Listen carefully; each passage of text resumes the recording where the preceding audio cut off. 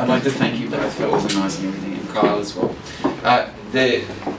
For those who don't know, this is the end result of the Mountain to Mountain project that we dreamed up mid last year as a way to do a project together with the two towns. And so we've done, since December, we've been showing Blue Mountains artists with Toowoomba artists, and also the internationals that Kyle and Tan and so on have been bringing in here.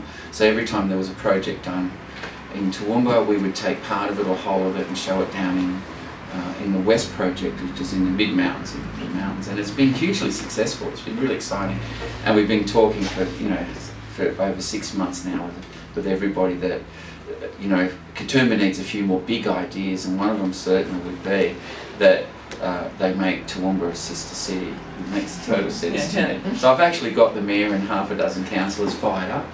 They're thinking about it. That's great. I'm not sure they can figure out what's in the deal for them. But, so we need a bit of reciprocal talk there. Of course. Some sort of trade deal.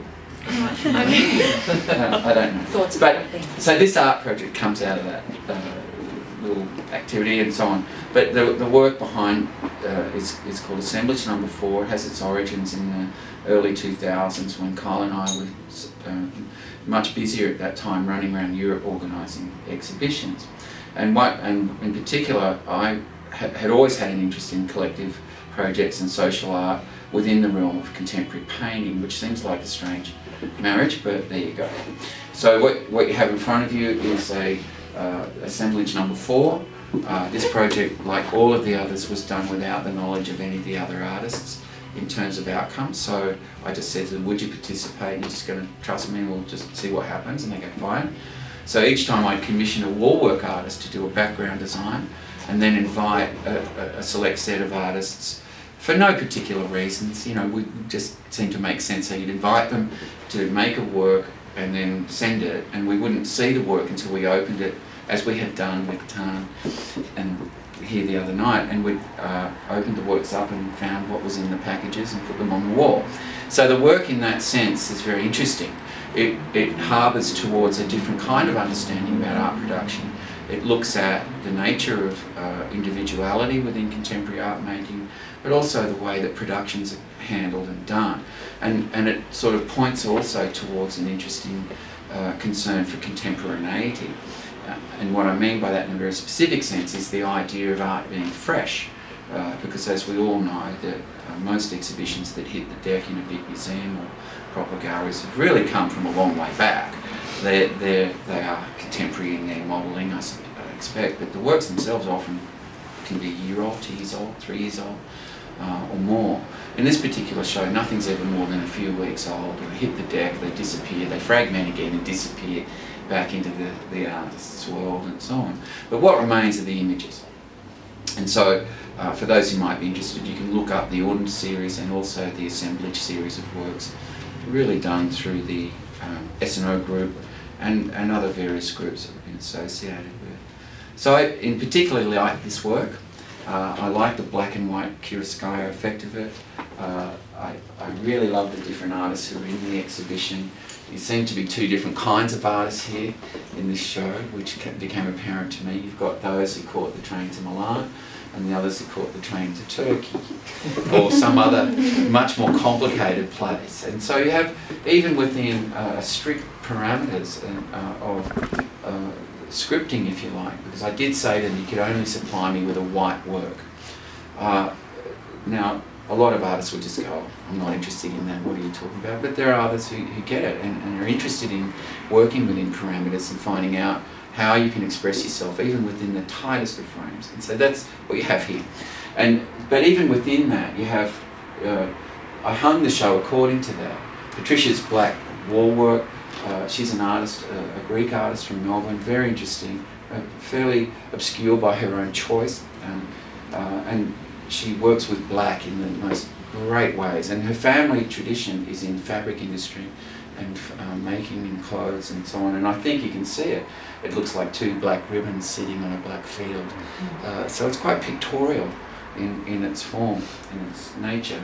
And then on the other side of things, you've got all these different responses to the subject form within a field, and each one of them it finds a unique answer to its existence. Sarah Carey's work is made, as all of her works are, from the dot line series, and these would often be made in a much larger series where there'd be 20 of these, and they would make a dot pattern around a building.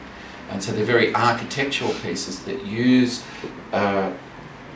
unique paint substances. So Sarah likes to make her own paints, and she kind of subverts the history of painting by doing that. Sarah calls it food art in general, but it's more than that. So this one's made out of coconut mixed with PVC in that simple textural form. This work, however, is brand new. 6 months from now it'll be this colour brown. In a year from now it'll be a darker brown, and over time it'll completely change, and it will have to be protected from itself. The older works of Sarah's really need to go into perspex boxes then that make them a bit more hermetic, and so on. So a very unique work in its own right.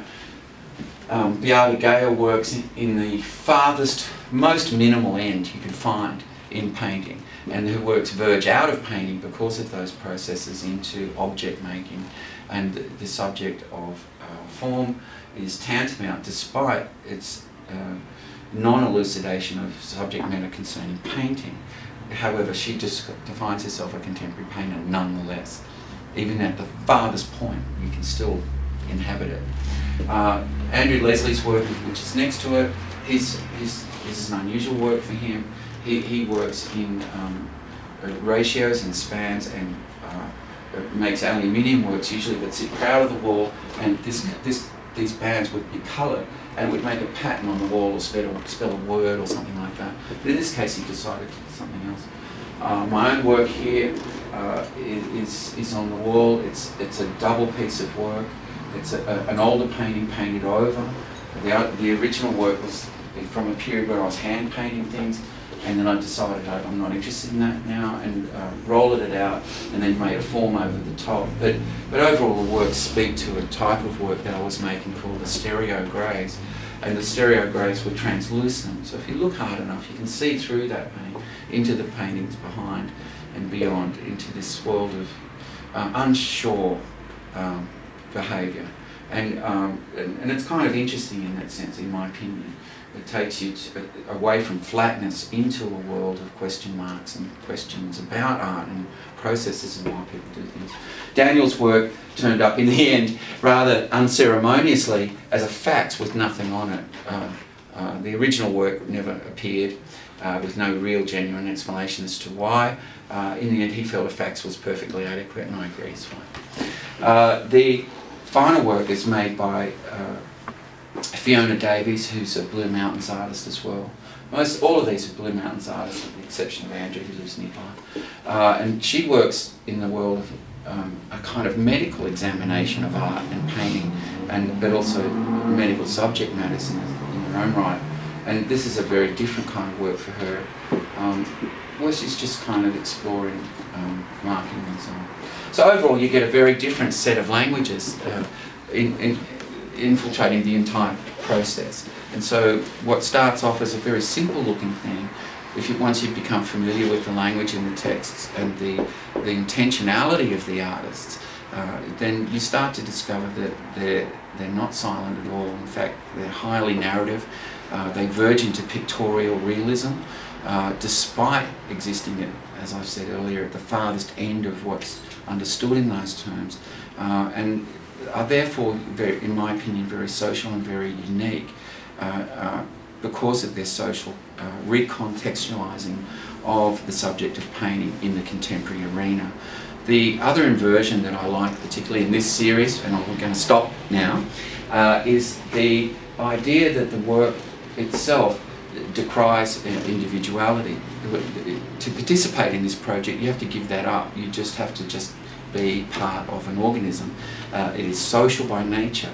It is risky, and it has no plan, despite having a few parameters laid in place just to make it doable. That it's the plan itself that's usurped. the identities are usurped, and that's done conceptually up front as an a priori in this kind of work. And I think that's the kind of nice thing about it. Once you know that about the work, you start to think, oh, that's really interesting, I like that, that's different from other approaches that today might seem pedantic, that you know it too well. You've understood it before, you've seen it before, you're seeing it again and again. Where are the differences in contemporary art?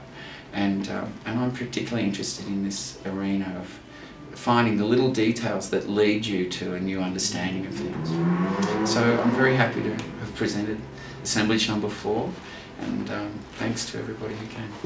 Thank you.